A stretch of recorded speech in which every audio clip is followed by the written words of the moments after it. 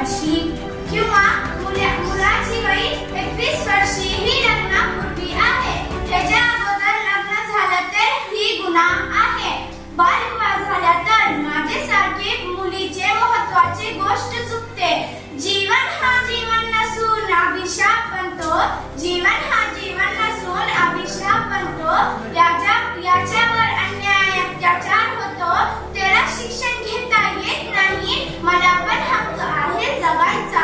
खरंच आपले महाराष्ट्रातील स्त्री का वाचन पाहिजे. त्याला शिक्षण द्यायला पाहिजे. तरच आपला समाज चांगला होईल.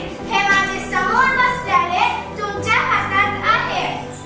बालविवाह रोखण्यासाठी कायदा देखील जाता, पण आजची समस्या जशीची तशीच आहे.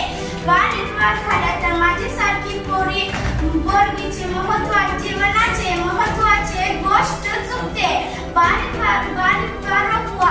एकाकडे बेटी बचाओ बेटी पढाओचा नारा आहे. एकाकडे बेटी बचाओ बेटी पढाओचा नारा आहे. याच्यावर आपल्याला प्रयत्न करून बालविवाह रोखवायला पाहिजे. मलाही शिक्षण द्या. मलाही शिक्षण द्या. मीही कल्पना चावला, किरण बेदी, द्रौपदी मुर्मू होऊ शकते. द्रौपदी मुर्मू होऊ शकते. बालविवाह असं कुठं तुम्हाला बालविवाह होतच दिसलेले असेल तर तिला थांबवा. बालविवाह नको. बालविवाह असं कुठं तुम्हाला बालविवाह होतच दिसले तर तिला थांबवा. बालविवाह झाले तर पोरगी ओरडून एकच सांगते की सपने जो मैंने देखे उसे पूरा कर लेने दो. सपने जो मैंने देखे उसे पूरा कर लेने दो. जिम्मेदारी का बोझ मुझ पे अभी मत आने दो. टेढ़े मेढ़े रास्तों पे चलना सीख लेने दो. टेढ़े मेढ़े रास्तों पे चलना सीख लेने दो. मुझे अपने पैरों पे खड़ा होने दो. मत करो विवाह मेरा, छोटी है उम्र मेरी. Thank you.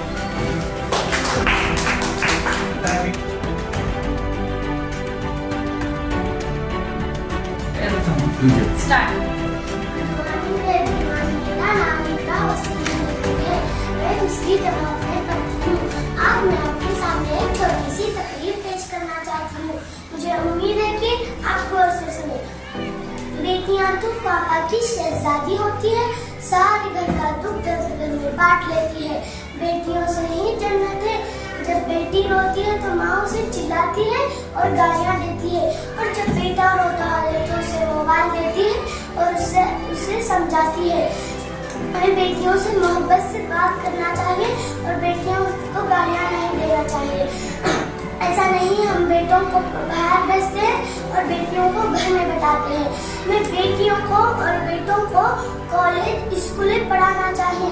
अगर बेटियां पढ़ेंगी तो उन्हें अच्छे से पढ़ाएंगे तो कल इंजीनियर डॉक्टर टीचर सब बनेंगे. और हमें पैसा नहीं, बेटियों को हम पढ़ाएंगे और सिखाएंगे तो हम बेटों को छोड़ देंगे. फिर बेटियों को और बेटों को सिखाना चाहिए और अच्छे से पढ़ाना चाहिए. बेटियों को अच्छे से पढ़ाएंगे तो अपने घर का नाम अपने देश का नाम रोशन करेंगे. चलो आज से हम भी कसम खाते हैं कि अभी से हम ये बेटियों को अच्छे से पढ़ाएंगे, अच्छे से सिखाएंगे. हम भी ये कहते हैं कि बेटियों को अच्छे से पढ़ाएंगे, अच्छे से सिखाएंगे. मैं इकरा वसीम नगरी इतना सा कहकर अपनी तकरीर खत्म करना चाहती हूँ. बेटी बचाओ बेटी पढ़ाओ. Thank you.